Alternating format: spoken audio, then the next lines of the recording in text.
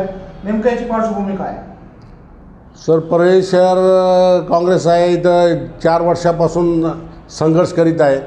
इथं धनंजय मुंडे जे आमचे आमदार आहेत त्यांच्या नेतृत्वात जी नगर परिषद सुरू होती त्यातला भ्रष्टाचार त्याचा काय होतं माहिती का बाबू, हे आता 6 नंतर प्राइम टाइम शुरू होता जो है 10 बजे तक वो पहले से उधर तैयार रहता, उससे पहले हो जाना, इसलिए ये चांगली बोलो भांग में रहना